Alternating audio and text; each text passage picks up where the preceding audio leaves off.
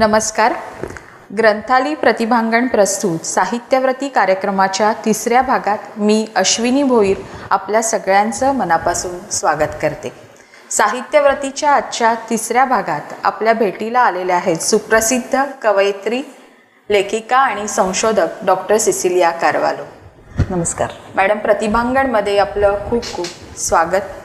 Doctor Sicilia मॅडमचं इथे स्वागत करण्याची विनंती मी कवयित्री भारती बिर्जे डिग्गीकर यांना करत आहे. धन्यवाद मॅडम. प्रतिभांगणमध्ये आपलं खूप खूप स्वागत.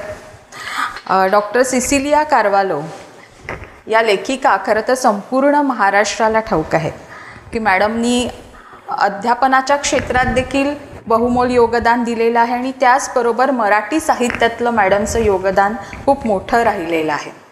मग ते काव्य लेखन आहे, ललित लेखन आहे, आस्वादनपर लेखन आहे, चरित्रात्मक पद्धतीचं लेखन आहे, संशोधनपर लेखन आहे, मॅडमचं आत्मकथन देखील प्रसिद्ध आहे. अशा विविध साहित्य प्रकारांमध्ये त्यांनी विपुल लेखन केलेलं आहे आणि जवळपास 45 पुस्तकं, बरोबर ना मॅडम, 45 पुस्तकं मॅडमची आजपर्यंत प्रकाशित झालेली आहे.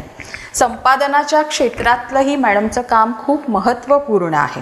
म्हणजे अनेक नियतकालिकं, विविध मासिकं यांचं संपादन त्या करतच असतात, पण त्याचबरोबरीने त्यांनी संपादित केलेल्या काही महत्त्वाच्या पुस्तकांचा मला आवर्जून उल्लेख करायचा आहे आणि तो म्हणजे आयदान सांस्कृतिक ठेवा, त्याचबरोबर आरसपाणी, वामन होवाळ, व्यक्तित्व आणि साहित्य, अशी काही महत्त्वपूर्ण पुस्तकं, ग्रंथ यांचं संपादन डॉक्टर सिसिलिया यांनी केलेलं आहे. महाराष्ट्र राज्य पाठ्यपुस्तक मंडळाच्या अभ्यासक्रम समितीमध्ये देखील मॅडमनी काम केलेलं आहे. म्हणजे जो अभ्यासक्रम, एकूण अभ्यासक्रमाची जी रचना आहे, अभ्यासक्रमात काय असावं, मी बरोबर सांगत असेल मला वाटतं मॅडम, या सगळ्यामध्ये आपल्या एकूण अनुभव, आपला अभ्यास आणि संशोधन यामुळे खूप छान रचनात्मक कार्य करण्यात आपला सहभाग राहिलेला आहे. मॅडमबद्दल अजून सांगायचं महत्त्वाचं म्हणजे की राज्य मराठी विकास संस्था आहे किंवा महाराष्ट्र राज्य साहित्य संस्कृती मंडळ आहे आणि जागतिक मराठी अकादमी या ठिकाणी त्या सन्माननीय सदस्य देखील आहेत. विशेष सांगायचं तर ख्रिस्ती साहित्य संमेलनाचं अध्यक्षपद डॉक्टर सिसिलिया कारवालो यांनी भूषवलेलं आहे. मॅडमच्या अनेक पुस्तकांना विविध पुरस्कार मिळालेले आहेत. त्यापैकी काही महत्त्वाची पुस्तकं सांगायची झाली तर मोगऱ्याचा मांडव, मुठीतला आकाश, चांदणे निर्मळ शुभ्र, दीपशिखा या त्यांच्या पुस्तकांना राज्य शासनाचे पुरस्कार लाभलेले आहेत. टिपवणी या त्यांच्या आत्मकथनाला महाराष्ट्र फाउंडेशनचा पुरस्कार प्राप्त झालेला आहे. या सगळ्या कामाबरोबर जेव्हा आपण आपल्या कार्यक्रमाचा जो विषय आहे साहित्यव्रतीचा, की मराठी साहित्यात योगदान देणाऱ्या ज्या महिला आहेत त्यांच्याशी आपण बातचीत करत असतो आणि जी आपली मूळ संकल्पना आहे, तर मराठी साहित्यातलं मॅडमचं योगदान तर आहेच आहे, पण त्याचबरोबर मुंबई विद्यापीठामध्ये बोलींचा जो अभ्यासक्रम आता सुरू करण्यात आलेला आहे काही काळापूर्वी, तर तो बोलींचा अभ्यासक्रम सुरू करण्यामध्ये मॅडमचा खूप मोठा सक्रिय सहभाग राहिलेला आहे. मला वाटतं यासाठी तर आपण मॅडमचं विशेष अभिनंदन करायला हवं आणि आभारही मानायला हवे की मराठी भाषा म्हणत असताना केवळ ती एका पठडीतलीच मराठी भाषा नव्हे, तर अनेक महाराष्ट्रातल्या बोली एकत्र येऊन मराठी भाषेचं वैभव, मराठी भाषेचा गोडवा वाढत असतो आणि कुठेतरी या सगळ्या बोली कुठेतरी अडगळीत होत्या, त्या क्षेत्रामध्ये बोलल्या जात होत्या, पण त्या बोलींना मुंबई विद्यापीठाच्या अभ्यासक्रमात आणण्यात मॅडमनी खूप मोठा सहभाग तिथे नोंदविलेला आहे. तर मॅडम, खरं तर तुमचा अधिक परिचय या मुलाखतीतून होत जाणारच आहे. तर मी तुमचं पुन्हा एकदा स्वागत करते आणि मला वाटतं या आपल्या तुमच्या पुस्तकांबद्दल असतील, त्या पुस्तकांच्या निर्मितीबद्दल असतील, अशा अनेक गोष्टी आम्हाला आज या मुलाखतीतून तुमच्याकडून जाणून घ्यायच्या आहेत. तर मला वाटतं छान वाटत असेल तुम्हाला आज आमच्या प्रतिभांगणमध्ये की ही वास्तू अतिशय सुंदर आहे. विविध कार्यक्रम होत असतात आणि त्यातला आजचा हा एक साहित्यविषयक कार्यक्रम. मॅडम, तुम्ही मूळच्या वसईतल्या आहात की तिथे तुमचा जन्म आहे, कर्मभूमी तुमची वसई राहिलेली आहे. आणि वसई म्हटलं की जसा तिथला निसर्ग सुंदर आहे त्याचबरोबर तिथली संस्कृती देखील संमिश्र आहे आणि एक लोकपरंपरेचा खूप मोठा वारसा वसईला लाभलेला आहे. आणि जेव्हा तुमच्या साहित्याचा एकूण अवकाश आपण पाहतो तर त्यात खूप महत्त्वाचं आम्हाला लगेच नजरेसमोर येतं ते म्हणजे लोकसाहित्य. तर लोकसाहित्याच्या संदर्भात तुमचा खूप अभ्यास आहे, काम केलेलं आहे आणि त्या संदर्भातली तुमची पुस्तकं देखील प्रकाशित झालेली आहे. तर पहिलाच माझ्या मनातला प्रश्न तुम्हाला असा आहे की लोकसाहित्याकडे तुम्ही कशा वळला? अश्विनी, तुझ्या प्रश्नाला उत्तर देण्याच्या आधी मला ग्रंथालयाचे खूप आभार मानायचे आहेत. वसईचा मोगऱ्याचा मांडव प्रतिभांगणामध्ये आज आपण लावलेला आहे आणि आपल्याशी संवाद करण्यासाठी बोलवलेला आहे. त्यामुळे अश्विनी, तू सुद्धा वसईच्या परिसरामध्येच आहे. वसईला निसर्गाचा खूप छान वारसा लाभलेला आहे आणि आज त्या निमित्ताने म्हणजे प्रतिभांगणच्या निमित्ताने हा सगळाच वसईच्या निसर्गाचा, वसईच्या संवेदनशीलतेचा म्हणजे निसर्गाकडून मिळालेली आम्हाला संवेदनशीलता आणि सगळ्यात महत्त्वाचं म्हणजे की लेखनाचा वारसा आम्हाला या भूमीतून मिळालेला आहे. कारण आम्हाला कौटुंबिक अशा प्रकारची पार्श्वभूमी नाही लेखनाची. आणि अशा परिस्थितीमध्ये लोकसाहित्याचा विषय तू आधी म्हणजे तो प्रश्न आधी विचारलेला आहेस हे मला अतिशय महत्त्वाचं वाटतं. कारण लोकसाहित्य आणि बोलींचा सुद्धा संदर्भ तू आता तुझ्या परिचयामध्ये दिलेला आहेस. तर मला असं वाटतं की लोकसाहित्य जे आहे हे लोकसाहित्य म्हणजे आपल्या पूर्वजांकडून आपल्यापर्यंत आलेली आपलं सांस्कृतिक धन आहे, सांस्कृतिक संपत्ती आहे. परंतु त्या लोकसाहित्याच्या अभ्यासाकडे मी खूप उशिरा वळले आणि त्याचंही कारण असं झालं की BAला असताना एक म्हणजे माझ्या 4 भाषा फार चांगल्या होत्या शाळेमध्ये असतापासून. ते मराठी, इंग्रजी, हिंदी आणि संस्कृत हा विषय माझा होता. तर BAला जेव्हा मी इंग्रजी हा विषय अभ्यासासाठी घेतला त्यावेळेला आमच्या मराठीचे प्राध्यापक होते, प्राध्यापक प्रभाकर पाटील म्हणून. तर त्यांनी सांगितलं की तू मराठी भाषक ख्रिस्ती समाजातली आहेस आणि त्यांचा एक लोकसाहित्याचा खूप छान वारसा आहे इकडच्या आणि सांस्कृतिक त्याच्यामध्ये जो एक अनुबंध आहे त्याच्यामध्ये जे एक नाळेचं नातं आहे ना, तर ते जर तुला जपायचं असेल तर तू मराठी घेतलंस तर बरं होईल. त्यामुळे आधी 1 महिनाभर मी इंग्रजी विषयासाठी बसले होते आणि नंतर मग मी मराठी या विषयाकडे वळले. कारण कॉलेजमधलं शिक्षण हे इंग्रजी माध्यमातून झालेलं होतं. सगळ्या विषयाची उत्तरं मी इंग्रजीतून लिहिलेली होती आणि मराठी घेतल्यानंतर मी त्यावेळेला विद्यावर्धिनीच्या वर्तक कॉलेजमध्ये होते वसईतल्या. तर तिकडे त्या प्रभाकर पाटील सर त्यावेळेला आमचा वार्षिक कॉलेजचा अंक काढायचे. त्यावेळेला त्यांनी मला सांगितलं की तू लोकसाहित्यावर लिही. तर लोकसाहित्यावर लिहायचं म्हणजे नेमकं काय करायचं? तर त्यांनी मला एक खूप छान कल्पना सांगितली की त्यांनी मला सांगितलं की बायबलमधला एक उतारा घे आणि तो प्रमाण मराठीतला जो उतारा आहे हा उतारा वसईतल्या 4 बोलींच्या मध्ये अनुवाद कर त्याचा.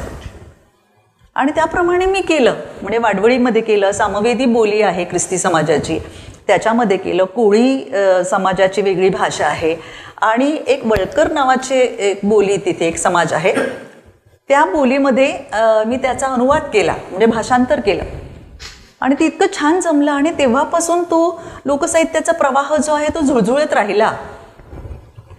नंतर मी महाविद्यालयामध्ये प्राध्यापक म्हणून झाले तेव्हा काही भाषांच्या प्राध्यापकांच्या बरोबर चर्चा करताना खूप वर्षांनी की बोलीभाषेचा पुन्हा विषय आला आणि त्यांनी सांगितलं की आमच्या चर्चेमध्ये असं आलं की या काळामध्ये म्हणजे ही गोष्ट मी 1985ची वगैरे सांगते की या काळामध्ये तेव्हाही काळ बदलतच होता, आज तर पूर्णपणे बदललेला आहे.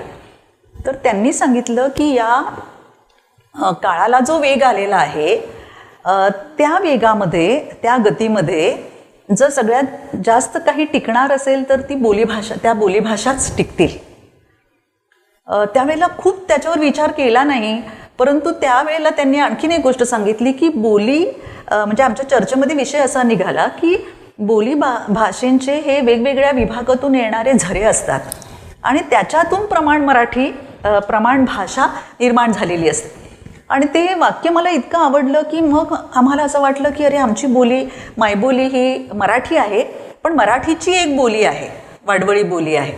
आणि तेव्हापासून मी कधी म्हणजे त्याच्या आधीही कधी मी लग्न समारंभाला वगैरे कधी जात नव्हते, पण ती गाणी जी यायची ना ऐकायला, ती 3-4 दिवस सोहळे चालायचे, तर त्या बायकांचे आवाज, त्या पुरुषांचे आवाज, त्याच्यातून मला ते त्यांचे संदर्भ कळत गेले की मुलगी आईच्या घरून निघते आहे आणि सासरी जाताना काय तिची मनोवस्था असते, हे सगळं ऐकत असताना, ते गाणी ऐकत असताना मग मला एकदा असं वाटलं की ही सगळी गाणी गोळा केली पाहिजेत.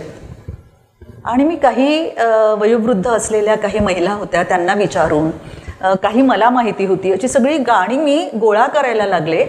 आणि एका गृहस्थांच्याकडे 1930 सालची एक वही मिळाली आणि त्याच्यामध्ये 150 लोकगीतं होती, वाडवळी लोकगीतं. तर ती सगळी घेतली आणि अशी 350 लोकगीतं मी गोळा केली आणि त्याचं हिंदोळा नावाचं पुस्तक आलं. खरं म्हणजे हौसेला मोल नसते, हां, तसं हौसेला जात धर्मसुद्धा नसतो.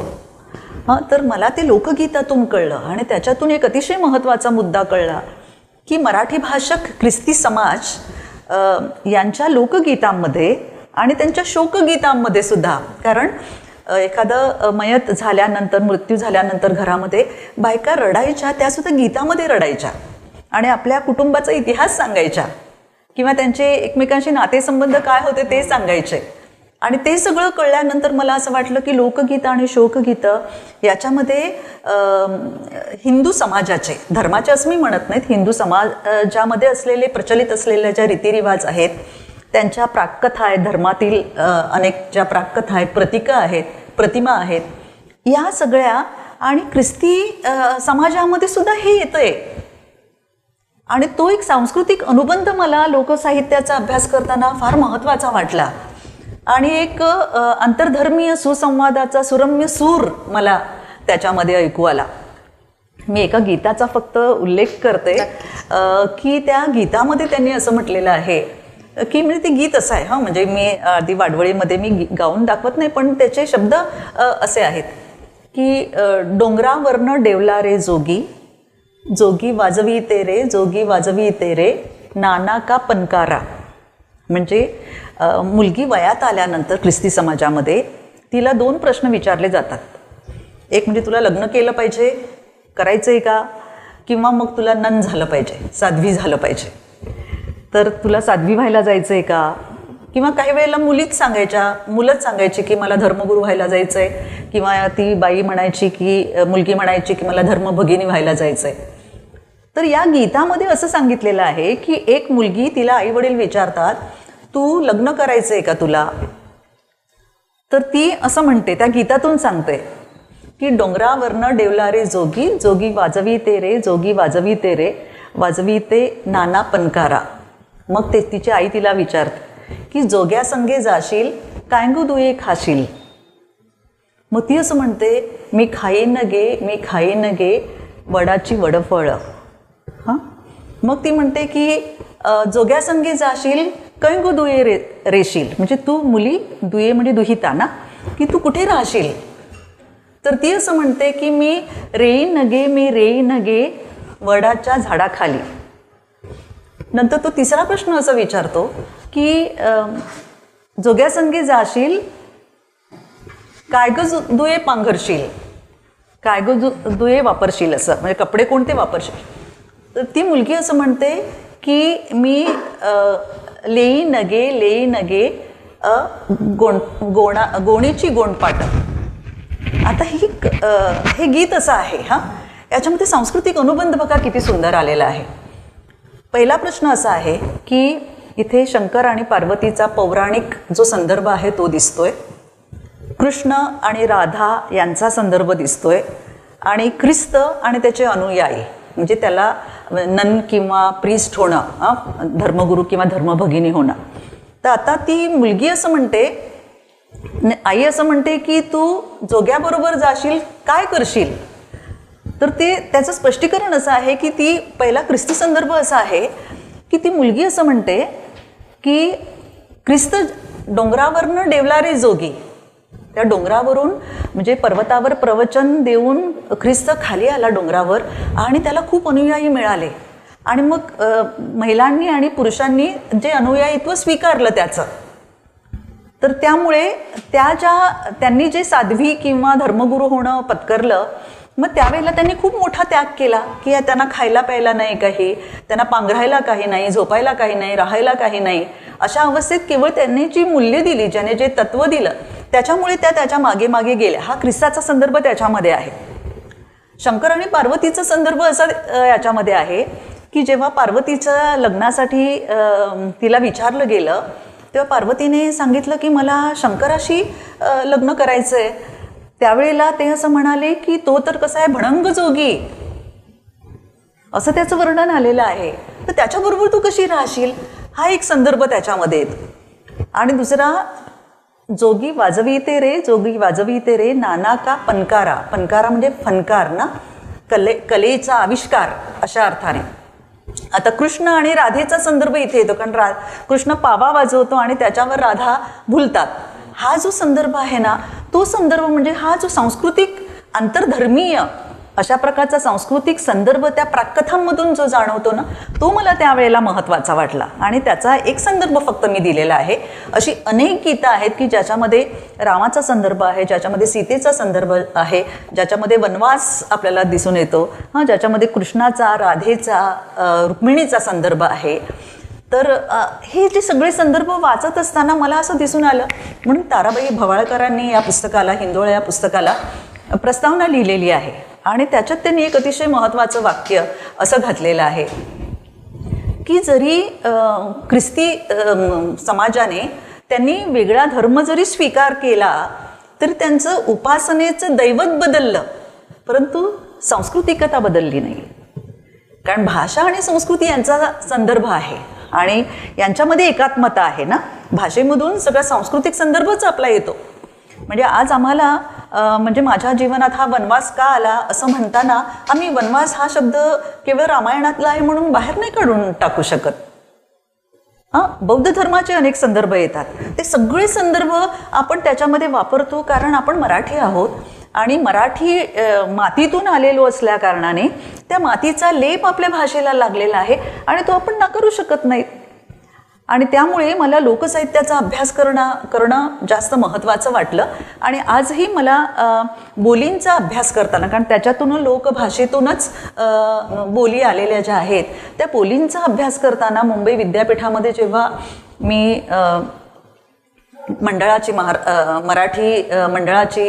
मराठी विभागाच्या मंडळाची जेव्हा मराठी भाषेच्या अभ्यासक्रम तयार करण्यासाठी मी अध्यक्ष ज्या वेळेला होते, त्यावेळेला मग मी असा विचार केला की वेगवेगळ्या खेड्यापाड्यातून विद्यार्थी येत आहेत, कोकणातून आलेले विद्यार्थी आहेत, देशावरचे विद्यार्थी आहेत, म्हणजे विदर्भातले विद्यार्थी आहेत, मराठवाड्यातले विद्यार्थी आहेत, वसईतले विद्यार्थी म्हणजे कोकणाचा भाग आला.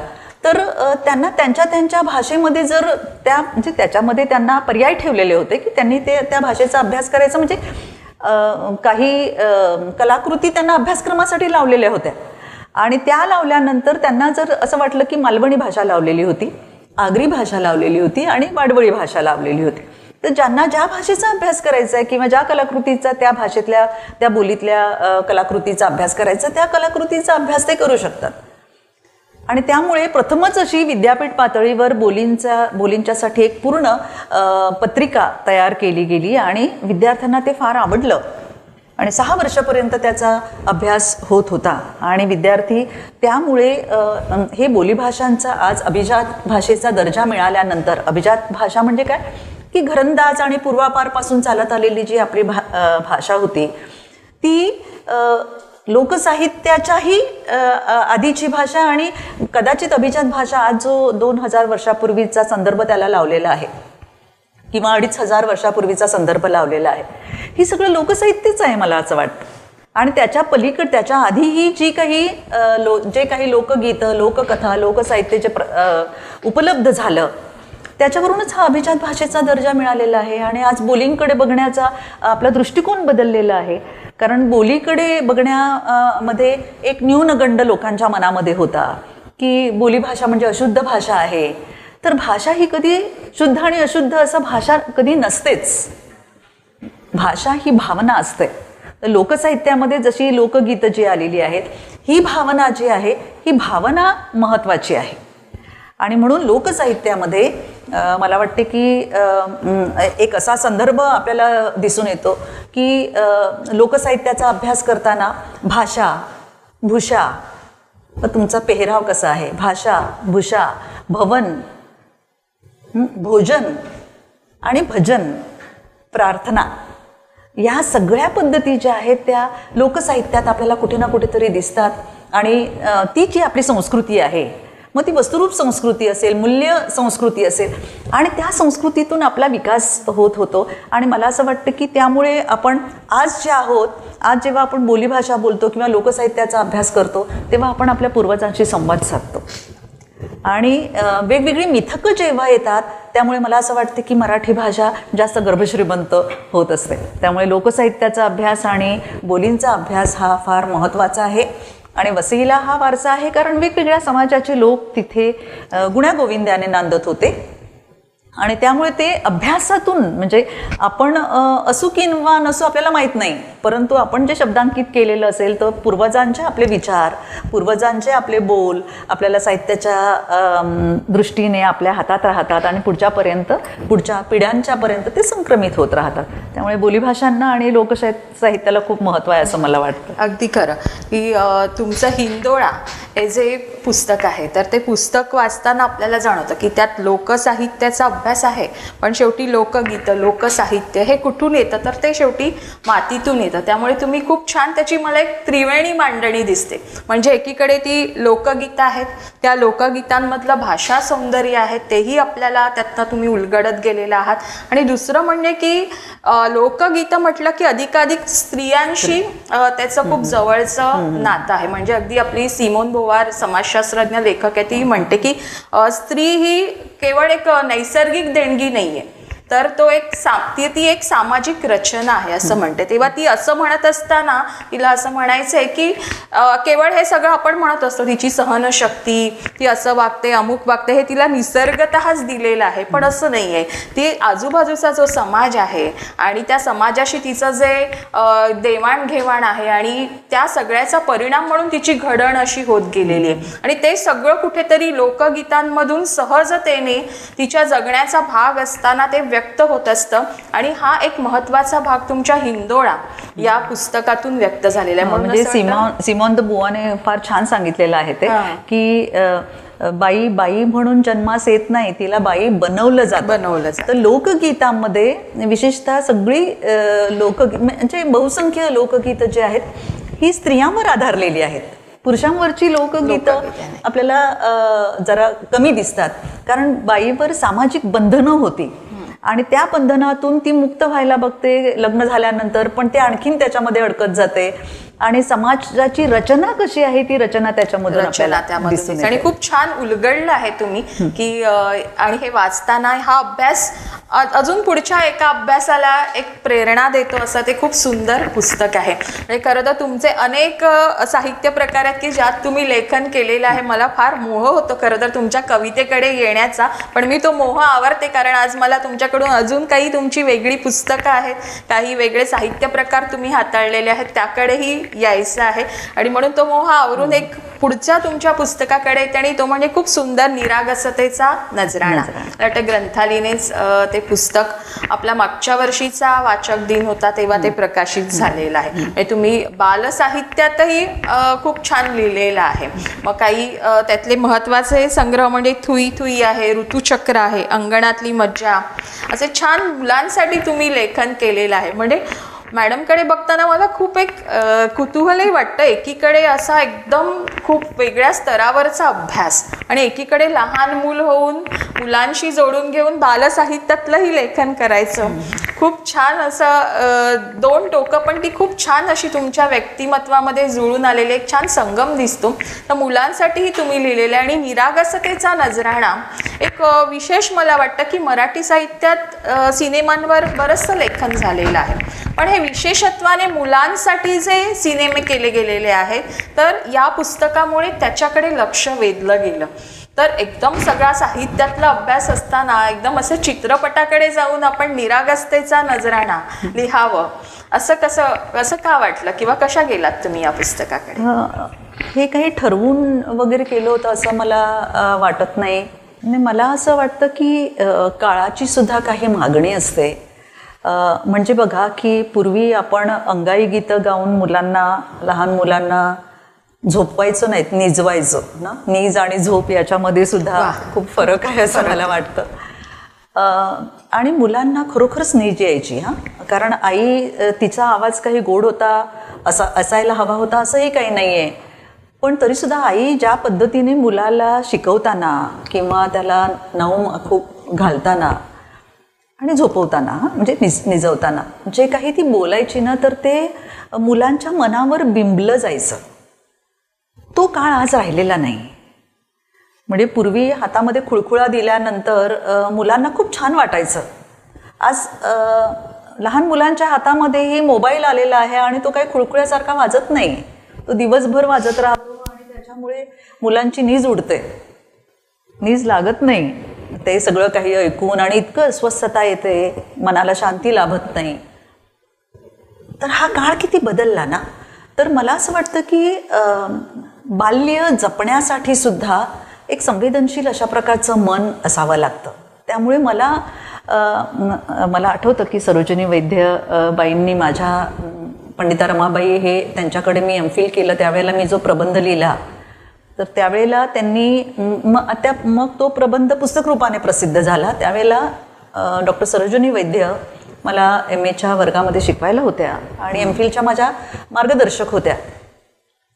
त्यांनी खूप छान असं माझ्या पुस्तकाला प्रस्तावना लिहिताना एक परिच्छेद असा लिहिलेला आहे की त्यावेळेला 1985मध्ये माझा एक कविता संग्रह प्रसिद्ध झाला होता आणि 88मध्ये माझा एक ललित गद्य संग्रह प्रसिद्ध झाला आणि 90ला माझं हे पुस्तक 88लाच माझं एम.फिल झालं आणि माझा प्रबंध मी सादर केला आणि 90ला त्याचं पुस्तक निघालं.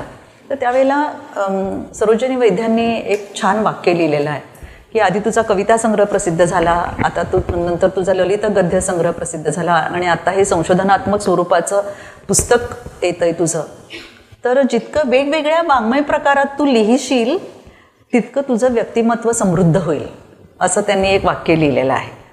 मला आज त्याचा तू बोलत असताना मला ते आठवलं ते अशासाठी की बालसाहित्याविषयी मी ठरवून लिहिलं नाही, परंतु माझ्या भाचरांच्या बरोबर वावरत असताना घरामध्ये लहान मुलं असताना मला एकदम असं वाटायचं की याला त्याच्या बोबड्या बोलामध्येच सांगितलं तर तो काही बोबडंच बोलेल असं नाही, पण त्याला त्याच्या भाषेत सांगितलं तर त्याला लवकर कळेल. म्हणजे त्याला आपण काऊ, माऊ, चिऊ असं जेव्हा सांगतो त्यावेळेला त्याचा परिचय होतो. आपण भातसुद्धा मऊ करून सांगतो, काऊ, चिऊ, माऊ, मऊ हे सगळं मऊ, भाषा मऊ करून आपण सांगतो. त्याला खाणंसुद्धा मऊ करून सांगतो. तर त्यांच्या भाषेत लिहावं असं मला वाटलं आणि नंतर मग थुई थुई नावाचा एक छोटासा कविता संग्रह प्रसिद्ध झाला. नंतर आणखीन अंगणातली मज्जा नावाचा कविता संग्रह प्रसिद्ध झाला. सवंगडी नावाचं बाल येशूच्या जीवनावरील 4 कथा आहेत त्याच्यामध्ये आणि त्या कथासुद्धा अशा आहेत की झाडं एकमेकांशी बोलतात, प्राणी एकमेकांशी बोलतात, रेनडियर बोलतो त्यांच्याशी आणि ख्रिस्त जन्माचा संदेश काय आहे तो ते प्राणी बोलतात, पक्षी बोलतात असं सांगितलेलं आहे. कारण आपण लहान मुलांना आधी आपल्याशी संवाद करत असताना त्यांना आपली भाषा येत नाही आणि म्हणून आपण पक्षी दाखवतो आणि पक्ष्यांच्या किलबिलाट ऐकायला त्यांना पक्ष्यांची भाषा समजते, माऊची भाषा समजते, कुत्तूची भाषा समजते, कुत्र्याची भाषा समजते.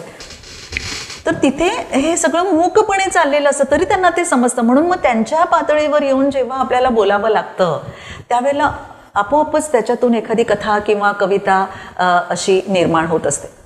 तर लहान मुलांच्या संदर्भात हे जे आकर्षण जे मला वाटत होतं ते म्हणजे की त्यांच्या चेहऱ्यावरचा निरागसपणा, म्हणजे त्यांचं मन किती निरागस आहे, निरभ्र आहे, निर्मळ आहे, किती पवित्र आहे हे त्यांच्या चेहऱ्यावर दिसतं. त्यांचे नितळ असे डोळे, त्याच्यात आपलंच प्रतिबिंब आपल्याला दिसायला लागतं.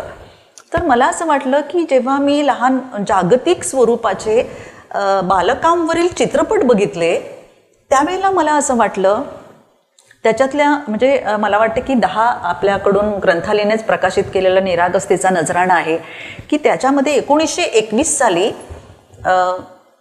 चार्ली चॅप्लिनचा the kid cinema, the kid म्हणजे लहान बाळ, हा सिनेमा प्रकाशित झाला होता. आणि 2021 साली जेव्हा त्याला 100 वर्ष झाली त्यावेळेला मग मी असं ठरवलं की द किडपासून 100 वर्षातले वेगवेगळ्या भाषातले आणि वेगवेगळ्या देशातले सिनेमे लहान मुलांवरचे आहेत ते आपण बघावेत. आणि त्यांच्या चेहऱ्यावरची निरागसता त्या लेखकांनी आणि त्या दिग्दर्शकांनी कशी टिपलेली आहे आणि विशेष म्हणजे त्याच्यामध्ये लहान बालकांनीच कामं केलेली आहेत, ती कशी केली असतील 100 वर्षापूर्वी आणि 100 वर्षामध्ये, हे टिपावंसं वाटलं मला. आणि त्याच्यामध्ये मग मी चार्ली चॅप्लिन असेल, त्याचं द किड आहे किंवा सत्यजित रेंचा आणि चार्ली चॅप्लिनचा हा मूक चित्रपट आहे 1921 साली. काहीच शब्द नाहीत पण त्या भावना आणि त्यांचं एकूण जो अभिनय आहे त्या अभिनयातून त्यांनी आपल्याला सर्व कळायला लागतं. म्हणजे आपण त्या बालकाच्या पातळीवर जातो, त्या चार्ली चॅप्लिनच्या पातळीवर जातो की त्याला ते एक अनाथ बालक मिळतं आणि त्याला तो कसं वागवतो आणि नंतर त्याला त्या बालकाचा लळा लागतो आणि नंतर त्याचं कसं संगोपन करतो, हे सगळं बघत असताना आपल्याला आपल्या मनातल्या सगळ्या संवेदना बालकांच्या संदर्भातल्या जाग्या होतात. सत्यजित रे यांचा टू नावाचा 8 मिनिटाचा चित्रपट आहे, लघुपट आहे, तोही मूकपट आहे. तर त्याच्यामध्ये एक श्रीमंत घरातला मुलगा आणि एक गरीब घरातला मुलगा, झोपडीत राहणारा मुलगा, तर तो 2-3 मजल्या उंचावर राहणारा आहे, हा मुलगा झोपडीमध्ये राहणारा आहे. हा पतंग उडवत खेळतोय आणि तो तिथे इलेक्ट्रॉनिक्स म्हणजे त्या काळामध्ये कदाचित असेल कारण तो 1964 साली आलेला चित्रपट आहे. आणि त्याच्यामध्ये तो मुलगा ती विजेवर चालणारी गाडी चालवतोय पण तो अस्वस्थ आहे आणि तो ती खिडकीतून बघतो का हा मुलगा पतंग आरामात उडवतोय आणि मजा लुटतोय आणि त्याला त्या गाडीची मजा नाही लुटता येत. तर हे फक्त एवढंच चित्रण नाही आहे, हे श्रीमंत आणि गरीब, आर्थिकदृष्ट्या श्रीमंत असलेली राष्ट्र, विकसित राष्ट्र आणि विकसनशील अशा प्रकारची राष्ट्र, गरीब राष्ट्र, त्यानंतर मनामध्ये असलेला द्वेष आणि दुसरीकडे असलेलं प्रेम, म्हणजे ह्या संदर्भात वेगवेगळ्या पातळ्यांवरून हा चित्रपट आपल्याला उलगडत जातो. आणि तो मुलगा जो आहे ना, इथे हा मुलगा पावा वाजवायला लागतो आणि त्याचे सूर इतके सुमधूर वाटायला लागतात आणि त्याला बघितल्यानंतर तो जो मुलगा आहे ना वरती खेळणारा, तो मोठमोठ्याने ट्रम्पेट वाजवायला लागतो आणि त्याची सूर त्याला जुळत नाहीत. तर एका बाजूला कर्कशपणा आणि दुसऱ्या बाजूला सुमधुरपणा, एका बाजूला गोंगाट आणि एका बाजूला मानसिक शांती निसर्गाच्या सहवासात असल्यानंतर आणि निसर्गापासून दूर गेल्यानंतर काय, याचा परस्पर संबंध जो आहे ना तो त्या चित्रपटामध्ये दिलेला आहे. किंवा अमूल्यन नावाचा मला वाटतं तमिळ सिनेमा आहे, कासारवल्लीचा ने दिग्दर्शन केलेला आहे. त्याच्यामध्ये आजी आणि नात यांचं नातं दाखवलेलं आहे.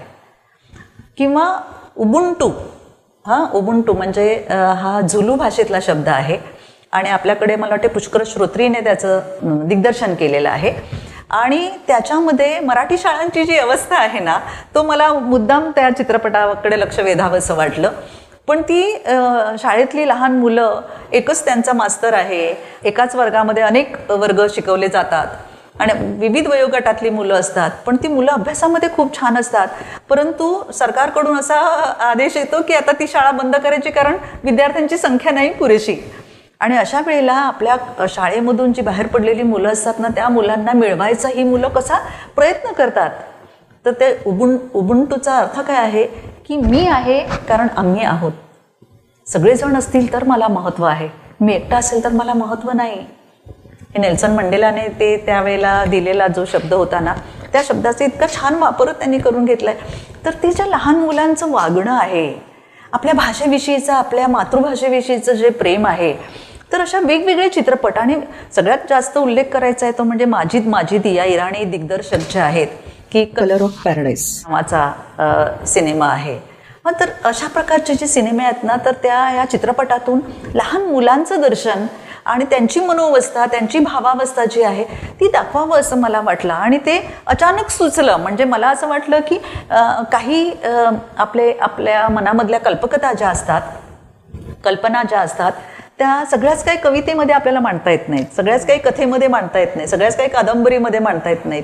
अशा काही कल्पना असतात की आपल्याला असं वाटतं की अरे, याचा सारांश आपण लोकांच्या पुढे आणावा आणि बालकांना, पालकांना आणि चालकांना या सगळ्यांना कळावं की बालकांचं मन काय असतं. बालकांना तर कळणारच, कारण त्यांनी चित्रपट बघितलेले असतात. पण आज सगळ्यांना एक विस्मरणाचा रोग, विकार जडलेला आहे. त्यामुळे आत्ता बघितलेलं पटकन विसरून जातात, किंवा आपण बघितल्यानंतर 5 मिनिटात आपल्याला कळतं की त्याचा शेवट काय होणार आहे. पण बालकांच्या विषयीच्या चित्रपटामध्ये असं घडत नाही. बालकांच्या विषयीचे चित्रपट असे आहेत की ते एकदा बघायला सुरुवात केल्यानंतर आपल्याला असं वाटतं की शेवटपर्यंत बघितले पाहिजे. तर मला असं वाटलं की हे जर आपण शब्दामध्ये मांडलं तर बालकांना सुद्धा त्याचा उपयोग होईल. शाळेतली मुलं जर त्यांच्या हातामध्ये पडलं पुस्तक, तर त्यांना कळेल की काय असतं बालकांचं जीवन, आणि त्या दिग्दर्शकांनी किती समर्पकपणे आणि समर्थपणाने ते त्याच्यामध्ये मांडलेलं आहे हे आपल्याला कळू शकतं. आणि म्हणून मला असं वाटलं की तो निरागसतेचा एक नजराणा लोकांच्या समोर आणावा, समाजासमोर आणावा, आणि त्याच्यातून त्या निरागसतेता म्हणजे नेमकं काय आहे आणि ती जपण्याची किती आज आवश्यकता आहे. कारण आज लहान मुलांच्या कडे बघितल्यानंतर सुद्धा आपल्याला ती इतकी अस्वस्थ झालेली दिसतात, पुरेशी झोप मिळालेली नसते, नीट अभ्यास करता येत नाही, मन सतत चंचल झालेलं असतं. आणि अशा काळामध्ये मन केंद्रित करण्यासाठी कोणत्या गोष्टीची आवश्यकता आहे हे आईवडिलांनी सांगून आणि शिक्षकांनी सांगून सुद्धा अनेकदा त्यांना कळत नाही. कारण सगळ्या गोष्टी आता आपल्याला इतक्या सहजतेने मिळालेल्या असतात की त्याचं महत्त्वच आपल्याला पटेनासं झालेलं आहे. आणि त्यामुळे मला असं वाटलं की या पुस्तकातल्या या 10 कथा ज्या आहेत त्या कथांमधून बालकांचं विश्व, आपल्याला त्यांचं भावविश्व काय आहे ते कळावं. म्हणून मग मला हा वेगळ्या प्रकारचा, मला वाटते की मराठीमध्ये चित्रपटांचा आस्वाद घेतलेली अशी अनेक पुस्तकं आहेत, परंतु बालकांच्या वरच्या चित्रपटांवर असं आस्वादनाच्या स्वरूपाचं, आणि त्याला किती एकेका कथेला पैलू असतात, वेगवेगळे विचार असतात, हे आस्वादनाच्या स्वरूपानेच मी दाखवून दिलेलं आहे. त्यामुळे मला असं वाटतं की ते एक वेगळं पहिलंच पुस्तक आहे असं मी म्हणत नाही, पण एक वेगळं पुस्तक आहे आणि ते सर्वांना आवडेल. नक्कीच की तो नजराणा खरंच खूप सुंदर आहे. आणि आस्वादक घेणारी व्यक्ती जितकी समृद्ध असते तितका तो आस्वाद तितका समृद्ध असतो. आणि त्याचा प्रत्यय खरं तर निरागसतेचा नजराणा हे पुस्तक वाचताना आपल्याला प्रत्येक ओळीवरती येत असतो. अतिशय सुंदर असं ते पुस्तक झालेलं आहे. मला तुमच्या एका आत्ताच जे अलीकडे प्रकाशित झालेलं जे पुस्तक आहे प्रसाद चिन्हे, या पुस्तकाकडे मला आता यायचं आहे की मराठी भाषक असणारा जो ख्रिस्ती समाज आहे त्यांनी लिहिलेल्या ज्या साहित्य कृती आहेत त्यांचा अभ्यास करून त्यावर आधारित असं खूप सुंदर असं प्रसाद चिन्हे हे पुस्तक तुमचं अलीकडेच प्रकाशित झालेलं आहे. खूप छान असं मुखपृष्ठ विजयराज बोधनकर यांनी केलेलं आहे आणि ग्रंथालीने हे पुस्तक प्रकाशित केलेलं आहे. मला बरेच लेखक आणि बऱ्याच साहित्य कृती खरं तर मला वाटतं या निमित्ताने तुम्ही अभ्यासलेल्या आहेत. खूप छान प्रस्तावना प्राध्यापक अविनाश सप्रे यांची या पुस्तकाला लाभलेली आहे. अतिशय अभ्यासपूर्ण अशी ही प्रस्तावना आहे. मला त्या प्रस्तावनेतल्या काही ओळींचा आवर्जून उल्लेख करायचा आहे या विषयाकडे, या पुस्तकाकडे येताना. ते आपल्या प्रस्तावनेत असं म्हणतात, फादर स्टीफन्सच्या ख्रिस्तपुराणचा किंवा बाबा पद्मनजींच्या यमुना पर्यटन कादंबरीचा, रेव्हरंड नारायण वामन टिळक यांच्या ख्रिस्तायन आणि काव्याचा, लक्ष्मीबाई टिळकांच्या स्मृतिचित्रेचा उल्लेख मराठी साहित्यात केला जातो. Father Francis Dibrito, Cecilia Carvalho, Niranjan Ujgare अशी आणखी काही नावे अपवाद म्हणून लक्षात येतात. या पार्श्वभूमीवर सिसिलिया कार्वालो यांनी मराठी भाषक ख्रिस्ती लेखकांच्या लेखनाचा प्रसाद चिन्हेमधून करून दिलेला विस्तृत परिचय अत्यंत महत्त्वाचा आहे. या लेखकांनी मराठी भाषा आणि साहित्याला दिलेले योगदान किती भरीव आणि मौल्यवान आहे ते प्रसाद चिन्हेमधील लेखन वाचल्यावर लक्षात येते. खूप महत्त्वाची अशी नोंद त्यांनी या प्रस्तावनेत केलेली आहे की त्याच्या मागची जी ख्रिस्ती समाजातील लोकांनी साहित्यिकांनी केलेलं जे साहित्य लेखन आहे आणि त्या पार्श्वभूमीवरती प्रसाद चिन्हेने मांडलेला जो एकूण अभ्यास आणि मला वाटतं की जे तुम्ही वाङ्मय कोश या स्वरूपाचं एक दस्तऐवजीकरण या पुस्तकातून केलेलं आहे. तर इतका सगळा अभ्यास आणि हे आपण प्रसाद चिन्हेकडे तुम्ही आलेला आहात आणि हे सातत्याने बरंच अभ्यासाअंती आलेलं लेखन आहे. तर ह्या पुस्तकाच्या निर्मितीबद्दल आम्हाला नक्कीच ऐकायला आवडेल. प्रसाद चिन्हे या शीर्षकापासूनच मला खरं म्हणजे सुरुवात करावी लागेल. म्हणजे मराठी भाषेतलं प्रासादिक अशा स्वरूपाचं हे चिन्ह आहे की ख्रिस्ती समाजामध्ये, मराठी भाषक ख्रिस्ती समाजामध्ये इतके लोक लिहितात. वेगवेगळे वाङ्मय प्रकार त्यांनी अत्यंत समर्थपणाने हाताळलेले आहेत.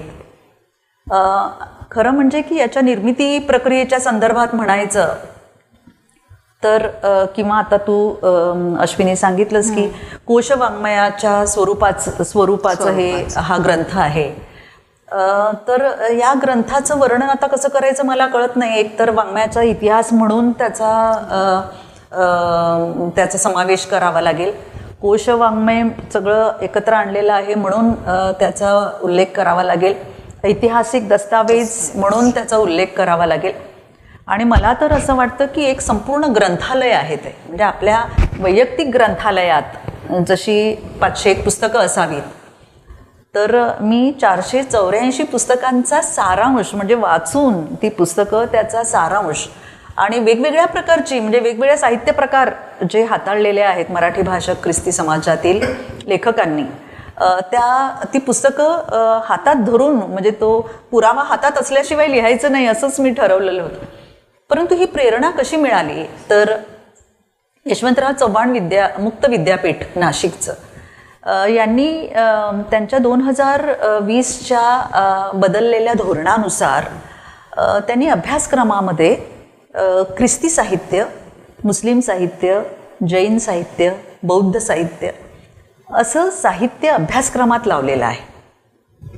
तर त्यावेळेला त्यांच्या कुलगुरूंनी आणि तिकडचे सचिव आणि त्यांच्या मराठी विभागातल्या सर्वांनी मला त्यांनी सांगितलं, म्हणजे त्यांनी त्यांच्या सभा झालेल्या असतील, बैठकी झाल्या असतील त्याच्यामध्ये, तर ते असं म्हणाले की ख्रिस्ती साहित्यावर लिहिण्यासाठी आमच्याकडे एकच नाव आहे आणि ते म्हणजे सिसिलिया कार्व्हालो. तर हे त्यांनी सांगितल्यानंतर मला जरा भीती अशी वाटली, एक धडकी भरली की ख्रिस्ती साहित्यावर मी लिहायचं आणि त्यांनी काही घटक दिलेले होते, त्या घटकावर लिहायचं म्हणजे खूप मोठं काम आहे आणि त्यांना ते 1.5 महिन्यामध्ये करून पाहिजे होतं. गेल्या वर्षी 2024 साली त्यांनी बरोबर 15 एप्रिलला मला सांगितलं आणि 15 एप्रिल, मे आणि जूनच्या मेच्या 31 तारखेला त्यांना करून द्यायचं होतं. तर हे सगळं बघितल्यानंतर मला आधी प्रश्न असा निर्माण झाला की ख्रिस्ती साहित्य म्हणजे नेमकं काय? साहित्य ख्रिस्ती कसं काय असू शकतं? साहित्य, धर्म आणि साहित्य यांचा संबंध कसा काय असू शकतो? म्हणजे हिंदू साहित्य असं आपण म्हणतो का? मुस्लिम साहित्य असं आपण म्हणतो? हिंदू साहित्य असं म्हणत नाहीत, ख्रिस्ती साहित्य म्हणतो, बौद्ध साहित्य म्हणतो, मुस्लिम साहित्य म्हणतो. तर धर्माचा लेप का आलेला आहे याला? तर धर्म आणि साहित्य यांचा, धर्म आणि भाषा यांचाही तसा प्रश्न नाही आहे. म्हणजे ख्रिस्ती असलेल्या म्हणजे धर्म ज्याचा ख्रिस्ती आहे किंवा उपासना धर्म ज्याचा ख्रिस्ती आहे त्यांनी मराठीत लिहायचं नाही का? मग साहित्य म्हणजे साहित्यच असतं, मग ते मराठी साहित्य का नाही? किंवा असं तरी म्हणायला पाहिजे की मराठी भाषक ख्रिस्ती समाजाचं साहित्य, पण ख्रिस्ती साहित्य हेच अभ्यासक्रमात लावलं. बरं, तो एक प्रश्न उपस्थित झाला. दुसरा प्रश्न असा उपस्थित झाला की बौद्ध साहित्य, दलित साहित्य म्हणजे शाहू फुले आंबेडकरी स्वरूपाचं साहित्य किंवा मुस्लिम साहित्य, हे जे घटक केलेले होते त्यांची आधीची पुस्तकं निघालेली आहेत, त्यांचे ग्रंथ निघालेले आहेत आणि ते सैद्धांतिक स्वरूपाचं, म्हणजे साहित्य म्हणजे नेमकं काय, बौद्ध साहित्य म्हणजे काय, मुस्लिम साहित्य म्हणजे काय, किंवा दलित साहित्य म्हणजे काय, हे सैद्धांतिक स्वरूपाची पुस्तकं याआधी बरीच निघालेली होती.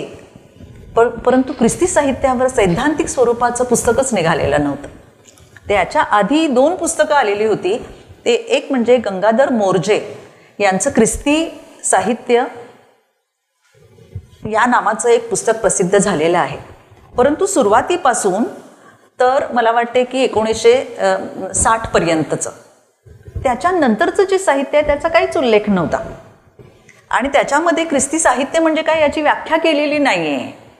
तर गंगाधर मोर्जेंनी त्या पुस्तकामध्ये असं सांगितलेलं आहे की हा ख्रिस्ती वाङ्मयाचा इतिहास नाही, मराठी ख्रिस्ती वाङ्मय असं त्याच्या पुस्तकाचं नाव आहे, पण हा ख्रिस्ती वाङ्मयाचा इतिहास नाही. का नाही?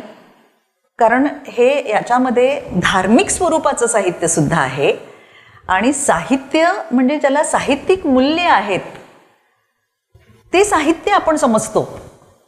धार्मिक स्वरूपाच्या साहित्यामध्ये म्हणजे आता समजा की संत ज्ञानेश्वरांची ज्ञानेश्वरी घेतली तर त्याला धार्मिक मूल्य पण आहे आणि त्याला साहित्यिक मूल्य पण आहे. आणि मराठी विषयाचा अभ्यास करताना आपल्याला हिंदू धर्मीयांचे, हिंदू समाजातून आलेले जे धर्मग्रंथ आहेत, रामायण, महाभारत, महाभारतावरच्या टीका, रामायणावरची विविध अशा स्वरूपाची रामायणं किंवा त्यांच्या ओवी, अभंग हे जे काही आहेत किंवा स्तोत्र जी आहेत त्या सगळ्यांचाच अभ्यास करावा लागतो आणि त्याच्यामधलं साहित्यिक मूल्य आपण निवडतो आणि त्याच्यावर आपण अभ्यास करतो आणि धर्म आणि साहित्य यांचाही एकाच वेळेला आपल्याला अभ्यास करता येतो. इंग्रजी साहित्याचा अभ्यास करणारे जे असतात ना त्यांना बायबलचा अभ्यास करावा लागतो.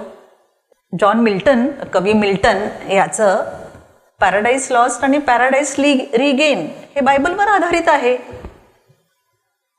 तर अशा प्रकारची जी पुस्तकं आहेत किंवा शेक्सपियरचं नाटकं जरी बघितली त्याच्यामध्ये ख्रिस्ती मूल्य आहेत किंवा बायबलवर आधारित अशा प्रकारची नाटकं, कादंबऱ्या वगैरे जे आहेत त्याचा अभ्यास करावा लागतो. त्यामुळे मग माझ्या मनात असा विचार आला की एकतर आपल्याला साहित्यिक मूल्य अशा प्रकारची घेतली पाहिजेत आणि तसा इतिहास काही आलेला नाही आहे मराठी साहित्यात. गंगाधर मोर्जेंचं एक पुस्तक होतं आणि मनोहर कृष्ण उजगरे यांनी ख्रिस्ती साहित्याचा इतिहास अशा स्वरूपाचं एक पुस्तक लिहिलेलं होतं. ते 1931 साली प्रसिद्ध झालेलं होतं आणि गंगाधर मोर्जेंचं पुस्तक हे 1984 साली प्रसिद्ध झालेलं होतं. म्हणजे 60 पर्यंतचं, जे 1960 पर्यंतचं सुरुवातीपासून म्हणजे फादर थॉमस स्टीफन्सच्या पासून तर इथपर्यंतचा आढावा त्यांनी त्याच्यामध्ये घेतलेला होता. पण त्याच्यासाठी त्यांना खूप श्रम करावे लागलेले होते, परंतु पूर्णपणे तो वाङ्मयाचा इतिहास असं काही म्हणता आपल्याला आलं नसतं. परंतु मराठी वाङ्मयाचा इतिहास जो आहे त्याच्यामध्ये राश्री जोग, अना देशपांडे, नसीराबादकर यांनी ख्रिस्ती साहित्यामध्ये फादर थॉमस स्टीफन्सच्या पासून सुरुवात केलेली आपल्याला दिसून येते आणि लक्ष्मीबाई टिळकांच्यापर्यंत म्हणजे त्या 1934 पर्यंत म्हणजे जेव्हा त्यांचं स्मृतिचित्र प्रकाशित झालं तोपर्यंतचं, किंवा रेव्हरंड नारायण वामन टिळक यांचं ख्रिस्तायन जे आहे ते म्हणजे ख्रिस्तपुराण आणि ख्रिस्तायनपर्यंतचं सगळं साहित्य किंवा बाबा पद्मनजी कादंबरीच्या क्षेत्रामध्ये, तर अशा सगळ्यांची नावं त्याच्यामध्ये आपल्याला घेता येतात. पण ती नावं सगळी मराठी दिसत आहेत. फादर थॉमस स्टीफन्सचं नाव हे मराठी दिसत नाही आणि म्हणून संत वाङ्मयामध्ये फादर थॉमस स्टीफन्सचा उल्लेख किंवा शेख महम्मद नाही मुस्लिम कवी यांचा उल्लेख केला जातो. आणि प्राध्यापक गंबा सरदार यांनी इतकं छान वाक्य लिहिलेलं आहे. संत वाङ्मयाची सामाजिक फलश्रुती नावाचं त्यांचं पुस्तक आहे आणि त्या पुस्तकात त्यांनी असं म्हटलेलं आहे की संतांच्या काळामध्ये आध्यात्मिक लोकशाही निर्माण झालेली होती. कारण सगळ्या जाती धर्माचे लोक लिहित होते, वेगवेगळ्या समाजाच्या वेगवेगळ्या थरातले लोक लिहित होते.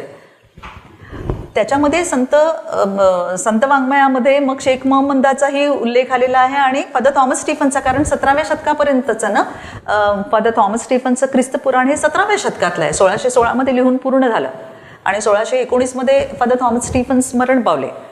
तर हे 17व्या शतकापर्यंतचं आलं. म्हणजे ज्या वेळेला पंडित कवी आपल्याकडे लिहित होते, मुक्तेश्वर लिहित होते, संत एकनाथांचा नातू मुक्तेश्वर ते लिहित होते, तो कालखंड आहे. आणि त्यामुळे तो जो कालखंड आहे हा आध्यात्मिक लोकशाहीचा कालखंड आहे असं त्यांनी म्हटलेलं आहे. मला आता असं वाटतं की आजच्या काळामध्ये गंबा सरदारांनी त्यावेळेला जी आध्यात्मिक लोकशाही सांगितली ती सुरुवातीपासून आपण आजपर्यंत जर आपल्याला असं दिसून येतं की या 800 वर्षानंतर एक सांस्कृतिक लोकशाही निर्माण झालेली आहे. सांस्कृतिक लोकशाही म्हणजे मराठी भाषक मुस्लिम लिहित आहेत, मराठी भाषक ज्यू लिहित आहेत, मराठी भाषक ख्रिस्ती लिहित आहेत, मराठी भाषक जैन लिहित आहेत. तर हे वेगवेगळ्या समाजातले लोक जे आहेत त्यांनी जरी वेगळ्या धर्माचा स्वीकार केलेला असला तरी त्यांची मातृभाषा मराठी आहे आणि मराठीतून ते लिहित आहेत. त्यामुळे मग मला जेव्हा त्यांनी सांगितलं की सैद्धांतिक स्वरूपाचं सगळं लिहावं लागेल तेव्हा मी त्याच्या व्याख्येपासून सुरुवात केली की ख्रिस्ती साहित्य म्हणजे नेमकं काय. तर ज्याप्रमाणे आपण एखादं नृत्य असेल ना तर ते हिंदू नृत्य आहे, ते ख्रिस्ती नृत्य आहे, ती चित्रकला जी आहे, चित्रकला शिल्पकला ही हिंदू शिल्पकला, ही हिंदू चित्रकला आणि हे नृत्य तसं वेगळ्या धर्माचं आहे असं आपण म्हणत नाहीत. तसं त्याला लेप नाही लावलेला. म्हणजे एखादी ख्रिस्ती मुलगीसुद्धा नर्तकीसुद्धा कथकली करू शकते, लावणी करू शकते. तर त्यामुळे तसं म्हणजे जसं कलांना कोणत्याही धर्माचा आणि भाषेचा अडसर निर्माण होत नाही आणि तो जर करत असू तर मग आपण फार करंटे आहोत असं आपल्याला म्हणावं लागेल. तर मला जेव्हा हे सैद्धांतिक स्वरूपाचं लेखन करावं असं वाटलं त्यावेळेला मी ते केलं. त्यांना जी 4 प्रकरणं 4 घटक हवे होते ते मी त्यांना लिहून दिले. त्याच्यामध्ये एक वैचारिक स्वरूपाचं लेखन होतं, त्याच्यामध्ये कवितेवर लेखन होतं, त्याच्यामध्ये कथा आणि आत्मकथनं ख्रिस्ती समाजातली लेखकांनी काय काय केलेलं आहे त्यांचं योगदान त्या संदर्भात त्यांनी मला लिहायला सांगितलं होतं आणि एक सैद्धांतिक भाग. तर असे घटक दिले होते, त्या घटकांवर मी लिहून दिलं आणि तिकडच्या परीक्षकांनी जेव्हा ते वाचलं तेव्हा ते असं म्हणाले की हे फारच चांगलं झालेलं आहे. तर म्हणे सिसिलिया तुला आणखी जे वाङ्मय प्रकार आहेत की जे याच्यामध्ये आलेले नाहीत त्याच्यावर तुला लिहिता येऊ शकेल तर तू स्वतंत्रपणाने ते काम करू शकतेस. आणि मी तसा विचारच केलेला नव्हता. मग मला असं वाटलं की याच्यामध्ये पथनाट्य लिहिलेली आहेत, लोकसाहित्यावर लिहिलेलं आहे, संशोधनात्मक स्वरूपाचं लिहिलेलं आहे, कादंबरी विभाग आहे, नाटक आहेत आणि खूप मोठा हा व्याप आहे. त्याच्यावर लिहायचं तर पहिलं आपल्याकडे भांडवल असलं पाहिजे आर्थिक दृष्टिकोनातून. त्याच्यासाठी एक संपूर्ण वर्ष घालवण्यासाठी आपल्याकडे शारीरिक आणि मानसिक निरोगीपणा असला पाहिजे आणि दुसरं असं म्हणजे सकारात्मक दृष्टी असली पाहिजे. कारण माझ्याकडे माझ्या स्वतःचे जरी ग्रंथालय असलं तरी मला असं दिसून आलं की ख्रिस्ती साहित्यिकांची पुस्तकं जेव्हा मी माझ्याकडे आलेली काढली ती 100-150च्या आसपास होती पुस्तकं आणि ती सगळी जपून ठेवलेली होती मी. म्हणजे फादर थॉमस स्टीफन्सच्या ख्रिस्तपुराणापासून बंडेलूंनी शांताराम बंडेलूंनी त्याचं संपादन केलं होतं तेव्हापासूनची सगळी पुस्तकं तर आत्ताच्यापर्यंतची सगळी पुस्तकं माझ्याकडे होती. त्याच्यातली धार्मिक पुस्तकावर लिहिण्याची काही शक्यता नव्हती कारण त्याच्यामध्ये नवीन काहीच सांगितलेलं नव्हतं. त्यामुळे मी असा स्वतः एक निकष लावला की फक्त मला ख्रिस्ती साहित्यावर जसं मुक्त विद्यापीठाने लिहायला सांगितलं तसं आता फक्त साहित्यिक निकष समोर ठेवून आपण लिहावं. आणि म्हणून मी नाटकं कादंबऱ्या जे धार्मिक स्वरूपाचं होतं ते सगळं बाजूला काढलं आणि फक्त साहित्यिक मूल्य असलेल्या कादंबऱ्या, नाटकं, पथनाट्य, लोकसाहित्य, कोशवाङ्मय असं वेगवेगळ्या प्रकारचं आणि त्यांना मी 4 प्रकरणं करून दिली होती आणि त्यानंतर आणखीन 16 प्रकरणं मी लिहिली. पण एक संपूर्ण वर्ष गेलं. दिवसाच्या 8 तास मी पहाटे 3 वाजता उठून मी सगळं काम करत होते किंवा रात्री जागत पहाट उजाडत होती 3 वाजत होते. पण मी हातामध्ये पुस्तक म्हणजे मिळवण्याचा मी अनेक त्या निमित्ताने महाराष्ट्रातल्या वेगवेगळ्या ग्रंथालयांना मला भेटी देता आल्या. त्यामुळे ग्रंथालयांची अवस्था काय आहे तेही मला बघता आलं. आणि मग हे सगळं गोळा केल्यानंतर मी ते वाचून संपूर्ण पुस्तक वाचून चरित्र आत्मचरित्र हेही त्याच्यामध्ये होतं. तर हे सगळे वाङ्मय प्रकार त्याच्यामध्ये मी घेतले आणि 20 प्रकरणं मी तयार केलेली आहेत. आणि ते आणून मला म्हणजे कृतज्ञता व्यक्त करते की इतकं मोठं पुस्तक त्याची किती पानं होतील किती पृष्ठ होतील मला काही माहिती नव्हतं. परंतु मी बैठक मारून आणि अनेक प्रकारच्या कौटुंबिक अडचणी आपल्या असतात त्या सगळ्या सांभाळून, माझे अनेक व्याप आणखीन सांभाळून मला हे पुस्तक पूर्ण करता आलं. पण पुस्तक पूर्ण केलं, आता करायचं काय याचं? प्रकाशक कोणीतरी चांगला प्रकाशक आणि चांगलं पुस्तक निघालं पाहिजे असं मला वाटत होतं. त्यामुळे मी सुदेश इंगलासपूरकरांना सांगितलं आणि त्यांनी अत्यंत उत्तम निर्मिती मूल्य असलेलं हे पुस्तक त्यांनी काढलं. त्याची पानं, त्याची रचना, एकूण सगळं जे आहे, जरी मी काही कल्पकथा दिलेली असली तरीसुद्धा त्यांनी अतिशय चांगल्या पद्धतीने हे करून घेतलं. आणि याच्या मुखपृष्ठाविषयी मला सांगायचे ते म्हणजे की हा प्रमाण मराठीचा हा प्रवाह आहे, हा प्रवाह आहे, हे खडक आहे. त्या खडकातून मार्ग काढत, म्हणजे अडथळ्यातून मार्ग काढत हा प्रवाह चाललेला आहे.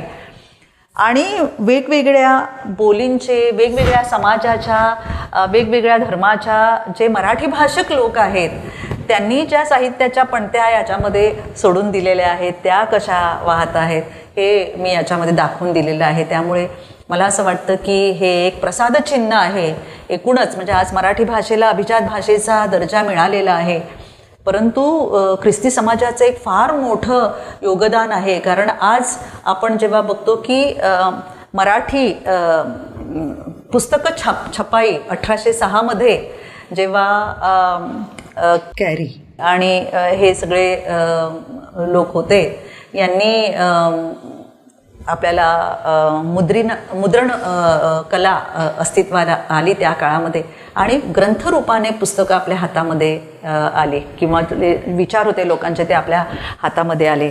आणि त्याच्यानंतर अनुवादित स्वरूपाचं खूप साहित्य झालं. सगळ्यात मोठं म्हणजे मोल्सवर्थचा ग्रियर्सन मोल्सवर्थ यांची कोश वाङ्मय, त्यांनी खेड्यापाड्यात जाऊन सगळ्या त्या बोलींचा अभ्यास केला आणि त्यांनी दाखवून दिलं की आपल्याला या देशामध्ये राहायचं आहे तर आपल्याला या लोकांची भाषा आली पाहिजे आणि त्या भाषेचा अभ्यास झाला पाहिजे. कारण तोपर्यंत मुद्रणकला नव्हती आणि तोपर्यंत ग्रंथ प्रसिद्ध होत नव्हते, लोकांच्यापर्यंत आपले विचार पोहोचत नव्हते. म्हणजे आपल्या पुढे दर्पण आहे की 1832 साली दर्पण आलं आणि त्यानंतर 1842 ज्ञानोदय नावाचं अमेरिकन मराठी मिशनने त्यांनी नियतकालिक सुरू केलं, जे अजूनही सुरू आहे. त्या काळातल्या सगळ्या ज्योती मंदावत गेलेल्या आहेत, परंतु ही जी ज्ञानज्योत लावलेली आहे ती आजही चालू आहे.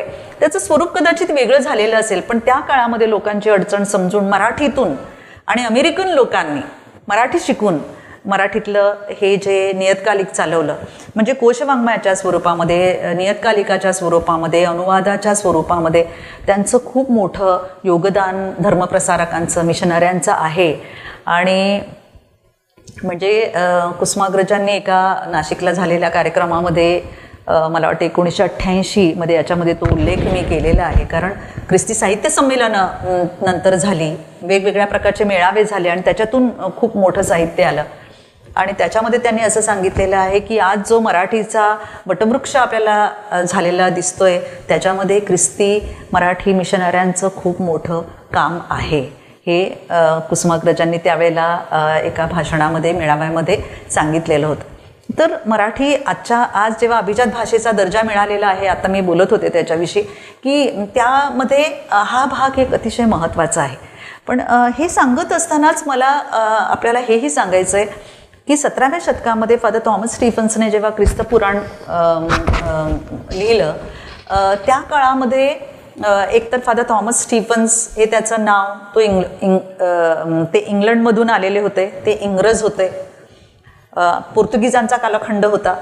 पोर्तुगीजांच्या कालखंडामध्ये त्यांनी कोकणी आणि मराठी भाषा शिकून आणि इतरांच्याकडून सगळी माहिती गोळा करून त्यांनी ख्रिस्तपुराण लिहिलेलं होतं. ते सुद्धा पोर्तुगालमध्ये त्यांनी छापून आणलेलं होतं. म्हणजे पहिलं मराठी जे आहे. मला हेही सांगितलं पाहिजे की छत्रपती शिवाजी महाराजांना म्हणजे हा कालखंड शिवछत्रपतींचाच आहे आणि त्या काळामध्ये त्यांना जेव्हा कळलं की फादर थॉमस स्टीफन्सचं ख्रिस्तपुराण आलेलं आहे, तेव्हा त्यांनी आपल्याकडच्या एका त्यांच्या मावळ्यांना सांगितलेलं होतं की हा काय प्रकार आहे, मुद्रणकला म्हणजे नेमकं काय आहे त्याची माहिती करून घ्या. म्हणजे एकतर हिंदवी स्वराज्य मराठी भाषेमध्ये चाललेलं होतं त्या काळामध्ये, आणि मराठीमध्ये आपण जे काही बोलतोय ते लोकांच्यापर्यंत, पुढच्या पिढ्यांपर्यंत पोचावं अशी शिवप्रभूंची खूप इच्छा होती. तो एक छोटासा संदर्भ मला फादर थॉमस स्टीफन्सचं चरित्र लिहिताना मिळालेला आणि मला फार आनंद वाटला त्याच्यामध्ये. तर पण मला नावांच्या संदर्भात सांगायचं आहे की पोर्तुगीजांचा कालखंड होता. फादर थॉमस स्टीफन्स हे नाव ते कॅथॉलिक होते. तर मराठी पहिलं लेखन जे आहे ते कॅथोलिकांचं आहे, मराठी भाषक कॅथोलिक. परंतु 17व्या शतकानंतर इंग्रज येईपर्यंत, म्हणजे मला वाटते 1698 हा जो कालखंड आहे की ज्या काळामध्ये इंग्रजांचं आगमन झालेलं होतं, म्हणजे राज्यकर्ते म्हणून, ते वसाहतवादी असं आपण म्हणूया. तर त्यावेळेला जे काही अमेरिकन मराठी मिशनरी आले ना, हे प्रोटेस्टंट होते. म्हणजे ख्रिस्ती धर्मामध्ये 2 महत्त्वाचे पंथ आहेत, एक कॅथोलिक आणि प्रोटेस्टंट. तर फादर थॉमस स्टीफन्स हे कॅथॉलिक होते आणि त्यांनी मराठीतून ख्रिस्त पुराण लिहिलेलं आहे. याच्यावर लोकांच्या मनामध्ये शंका होती की इंग्रज मराठीतून कसा काय लिहू शकेल, आणि त्यांना जो शिक्का बसला होता ना तो आमच्यापर्यंत झालेला होता. आणि अनेकांना असं वाटत होतं की सिसिलिया कार्व्हालो मराठीत कसं काय लिहू शकते, हे नाव तर मराठी नाही आहे, हे तर पोर्तुगीज नाव आहे. पण पोर्तुगीजांच्या कालखंडामध्ये अनेकांनी ख्रिस्ती धर्म स्वीकार केला आणि त्यांना त्यांची नावं दिली गेली, त्यामुळे ते कॅथोलिकांची नावं दिली गेली.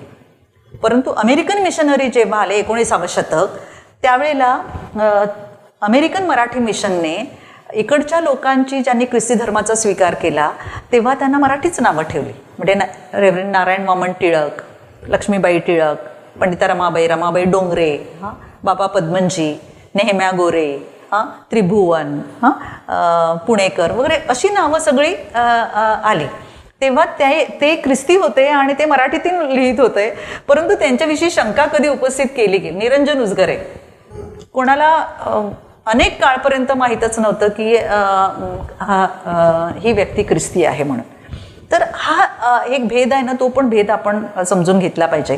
तर या पुस्तकामध्ये प्रोटेस्टंट आणि कॅथोलिक असे 2 पंथ जे आहेत, त्या पंथामध्ये मराठी भाषक जे लेखक आहेत, त्या लेखकांची त्यांचे जे ग्रंथ आणि त्यांची पुस्तकं प्रसिद्ध झालेली आहेत, त्या पुस्तकांचा 484 पुस्तकांचा परिचय करून दिलेला आहे. त्यामुळे आज ती पुस्तकं दुर्मिळ झालेली आहेत. ती पुस्तकं लिहिणारे लेखक अस्तित्वात नाहीत. जे अस्तित्वात आहेत ते गलितगात्र झालेले आहेत.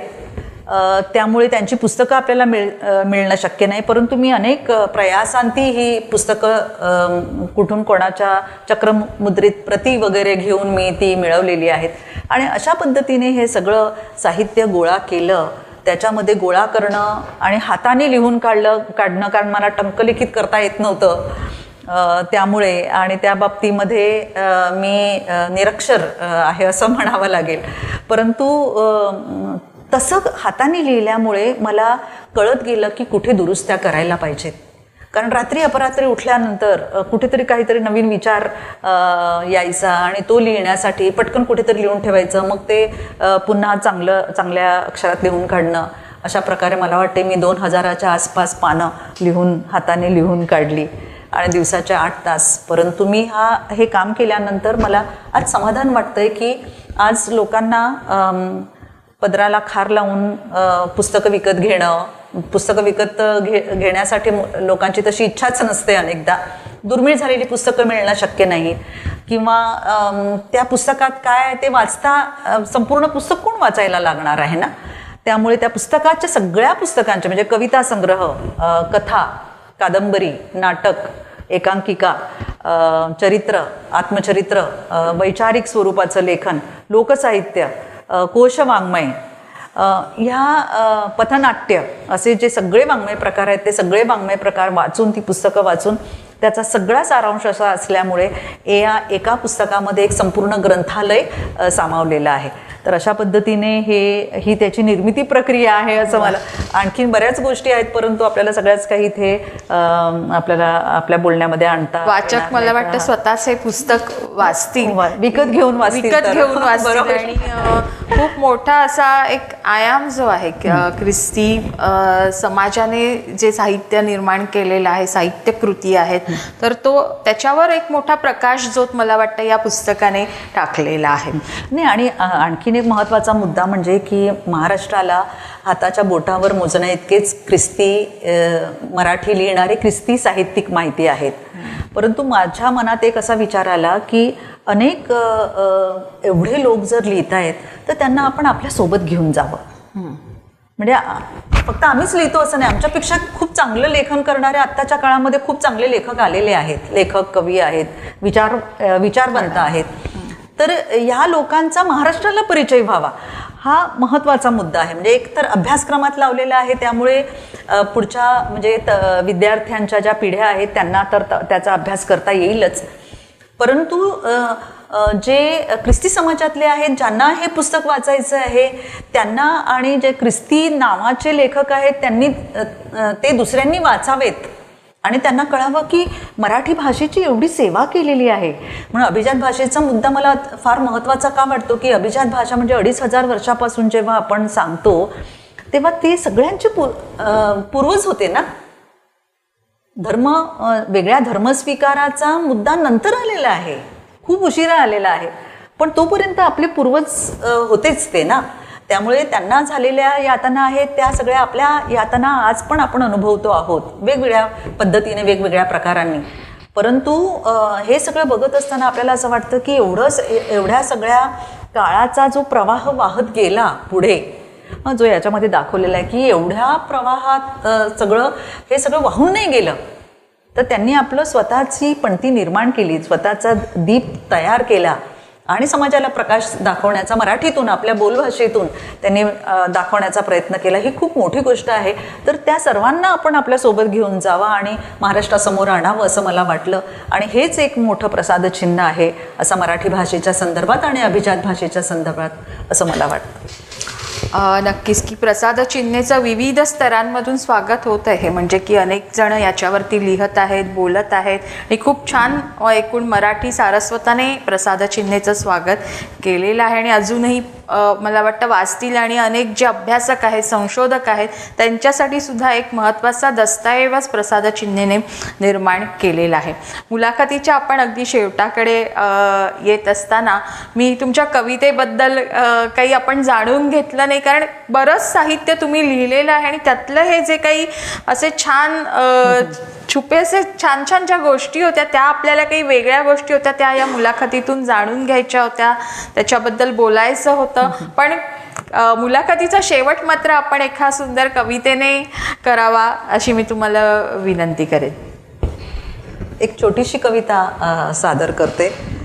मी कविता डोक्यात ठेवून काही आलेले नव्हते, परंतु मला असं वाटतं की या आपल्या बोलण्यातून मला सगळी सौंदर्य स्थळं उलगडून दाखवायची होती. त्याला खूप वेळ आपल्याला लागला असता खरा, म्हणजे अजूनही काही वेळ अपुरा ठरलेला आहे. परंतु तरीसुद्धा आपल्याला वेळेची मर्यादा आहे आणि म्हणून मग मी कवितेचा विचारच डोक्यातून काढून टाकला होता का कविता काही आपल्याला वाचायची नाही आहे, आपल्याला या 2-3 पुस्तकांच्या संदर्भातच बोलायचं आहे आणि त्याच्याविषयीच खूप माहिती आपण सांगू शकतो. परंतु एक छोटीशी कविता वाचते. आज एकूणच स्त्रियांची जी परिस्थिती आहे त्या संदर्भातली ही कविता आहे की कवितेचं नाव आहे ओठातलं सोनं. कोणत्या ताऱ्याच्या शोधात निघतात मुली की तारेत निघतात अन पाडून घेतात पदरात अंधाराचे तुकडे. कोणत्या ताऱ्याच्या शोधात निघतात मुली की तारेत निघतात अन पाडून घेतात पदरात अंधाराचे तुकडे. प्रेमाचं गाणं गात सोन्याने टोचून घेतात ओठ की शिवून टाकतात खळखळत्या नदीचे बहरलेले काठ. दिवसाच्या उत्फुल्ल प्रहरात गात राहतात भैरवी. दिवसाच्या उत्फुल्ल प्रहरात गात राहतात भैरवी आणि मुळे धरू धरू आलेली रोपं सुकून जातात अवेळी.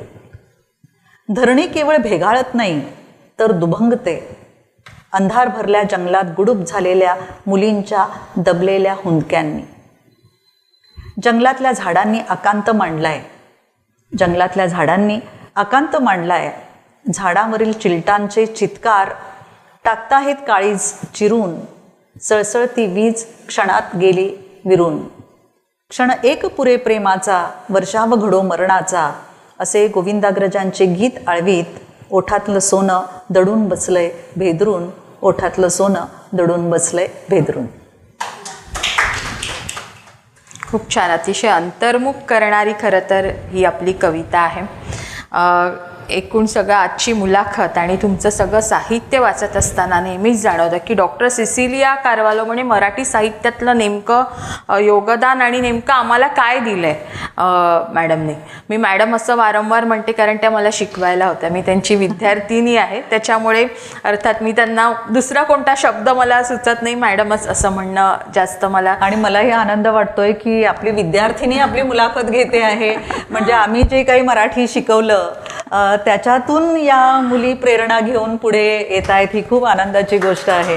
त्यामुळे अश्विनीचे पण मी मनापासून आभार मानते. खूप छान वाटतंय मला ही मुलाखत घेताना. खरं तर मला म्हणायचं की जेव्हा तुमच्या सगळ्या साहित्याचा तुम्ही जी व्याख्यानं देत असता, तुम्ही केलेलं अध्यापन आणि जे काही तुमचं काम चालू असतं, अनेक नवीन लेखकांच्या कवींच्या पुस्तकांना तुम्ही तितक्याच आस्थेने प्रस्तावना देखील लिहत असता.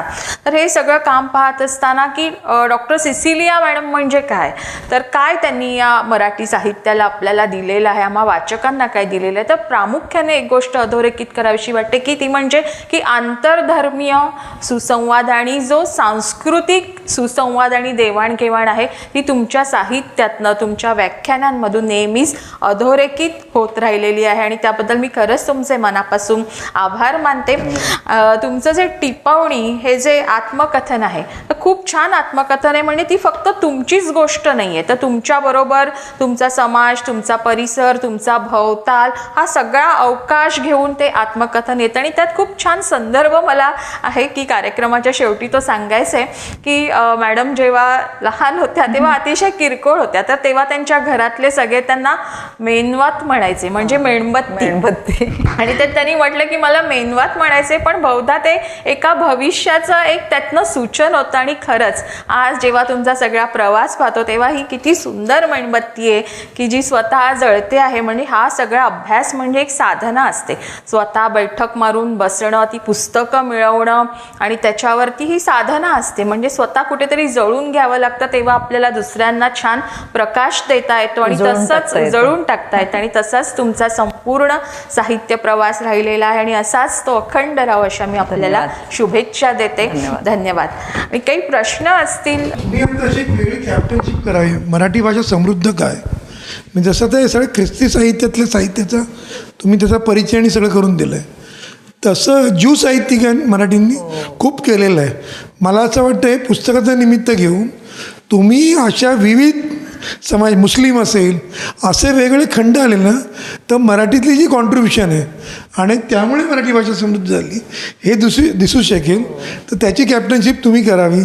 आणि परत तुम्ही राज्यभाषा मराठी विकास संस्थेत आहात, तुम्ही साहित्य संस्कृती मंडळ आहात, तुम्ही जर हे सांगितलं मराठी भाषा का समृद्ध आहे तर त्याची कारणं ती आहेत. जसं आपण म्हणतो ना विविध नद्या येतात एकत्र येऊन आणि तशी ती मराठी भाषा झालेली आपल्याला तिथे सांगता येईल. तर तो तुम्ही करावं असं मला वाटतं. नाही, जेव्हा हे पुस्तक उत्तम कांबळेंनी वाचलं ना, त्यांना मिळालं आणि त्यांनी वाचलं, त्यावेळेला त्यांनी मला नाशिकच्या एका भेटीमध्ये सांगितलं की पुस्तक मी, आणि त्यांनी पत्र पण लिहिलेलं आहे, मला पत्र पाठवलं पोस्टाने. तर ते असं म्हणाले की एवढं मोठं तू सगळं जर केलेलं आहे याचे खंड काढायला पाहिजेत. म्हणजे कविता एवढ्या मोठ्या आहेत, आता त्या मी थोडक्यात ना सगळ्यांचे सारांश सगळ्या कथा कादंबऱ्यांचे दिले, तर म्हणे हे खंडातून प्रसिद्ध व्हायला पाहिजे आणि हे शासनाने केलं पाहिजे, कारण आर्थिक भार पेलणं शक्य नाही आहे इतके खंड काढ. मी म्हटलं हे खरं आहे तुमचं म्हणणं, परंतु खंड काढण्यासाठी आपल्याला जे मनुष्यबळ पाहिजे तशी माणसं आपल्याकडे तयार नाही. आणि त्यामुळे मला एकटीला करावं लागलं हे, कारण आणि मी कोणाचीही मदत नाही घेतली. म्हणजे मी ते सगळं टंकलिखित करताना दुसऱ्यांची मदत घेणं आवश्यकच होतं, परंतु सगळ्यात मोठं श्रेय म्हणजे यशवंतराव चव्हाण विद्यापीठ, मुक्त विद्यापीठाला, की त्यांनी सांगितलं नसतं तर मी केलंच नसतं. ते केलं, थोडंसं केलं, म्हणून मग नंतर मोठ्या अभ्यासाकडे मी वळले. परंतु ते करत असताना मला जाणवलं की हे माझ्या एकटीचं काम नाही आहे, कारण त्याला जी शक्ती लागते ना, मानसिक शक्ती लागते ना, ती आपल्या एका जन्मामध्ये होणारी नाही आहे.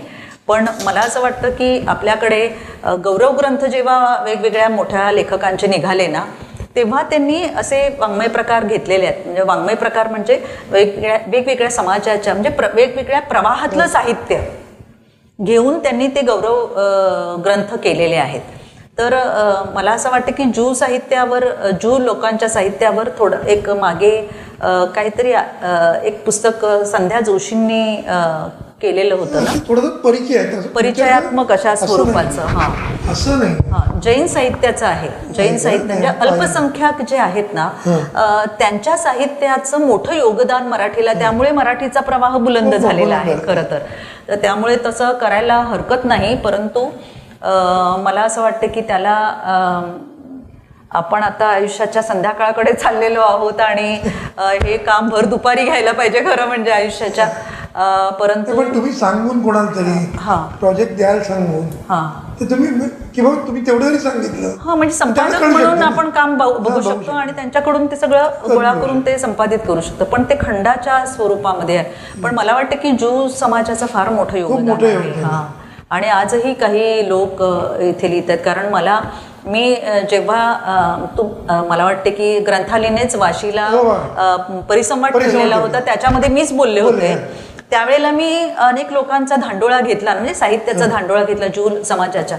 त्याच्यामध्ये रेचल गडकर, हो, नंतर बरेच आहेत लोक की जे मराठीतून लिहित आहेत. ॲस्मिन शेखचं तर नाव आहेच आपल्याकडे. आणि मुस्लिम समाजातलं मला वाटतं त्यांनी रफिक सूरज म्हणून जे आहेत अभ्यासक, कोल्हापूरच्या विद्यापीठात महाविद्यालयात शिकवतात, त्यांनी एक सूची तयार केलेली आहे. निदान सूची तरी तयार करायला पाहिजे की एवढे या समाजातले लोक लेखक आहेत आणि त्यांचं अमुक साहित्य प्रकाशित झालेलं आहे. आणि नंतर मग ते जर आपल्याला मिळालं ना आधी, की मग नंतर ते ग्रंथ गोळा करून मग त्याचा सारांश आपण लिहू शकतो किंवा मागवू शकतो आपण. तसा प्रकल्प घ्यायला काही हरकत नाही. परंतु वेळ, शक्ती आणि पैसा म्हणजे भांडवल, मला काय वाटतं की असे इव्हेंट करण्यापेक्षा अशी काही कामं केली तर आपली भाषा समृद्ध आणि अभ्यासकांना त्याचा उपयोग होतो. अगदी हो, हे करायला मला वाटतं ग्रंथालयानेच हा उपक्रम, एवढे तुमचे मोठे प्रकल्प चाललेले असतात आणि बोलीभाषांचाही तुम्ही प्रकल्प घेतला होता तर हो, तर तसा अभ्यास होणं फार गरजेचं आहे. आणि तेच आपल्याला सांगेल की आपली मराठी किती गर्भश्रीमंत होती. आणि भाषा आणि धर्म यांचा काही संबंध नसतो. सांस्कृतिक एकात्मतेचा धागा सगळ्यांच्या मधून कसा सरसरत जात असतो हे आपल्याला कळेल. आणि त्याच्या प्राककथा किंवा प्रतीकं वगैरे जी आहेत ना, मिथकं जे आहेत ना, या मिथकांच्यामध्ये इतकं साम्य विलक्षण आहे की त्या लोकगीतांमधून, लोककथांमधून आपल्याला कळतं. आणि असं वाटतं की खरंच म्हणजे ही भाषा, म्हणजे मराठी भाषा आपली भाषा आहे म्हणून, पण भारतीय सगळ्याच भाषा तशाच आहेत, पण मग ती आपली वाटायला लागते आणि मग आपल्याला आपल्या पूर्वजांशी आपण संवाद करायला लागतो. तर हा आपल्याला जोडणारा अशा प्रकारचा धागा आहे, त्याचा अभ्यास होण्याची फार आवश्यकता आहे असं मला वाटतं. खरं तर ही मुलाखत अतिशय रंगत गेली. वेगवेगळे विषय, वेगवेगळे साहित्य प्रकार, विविध पुस्तकं यावर आपण चर्चा केली आणि तुमचे अनुभव या सगळ्याची सांगड घालत ही मुलाखत आता शेवटाकडे आलेली आहे. अतिशय सुंदर मुलाखत आणि आपण वेळ काढून इथे आवर्जून आलात आणि आमच्या सगळ्यांशी तुम्ही संवाद साधला, याबद्दल मी डॉक्टर सिसिलिया मॅडम यांचे मनापासून आभार मानते. धन्यवाद. धन्यवाद.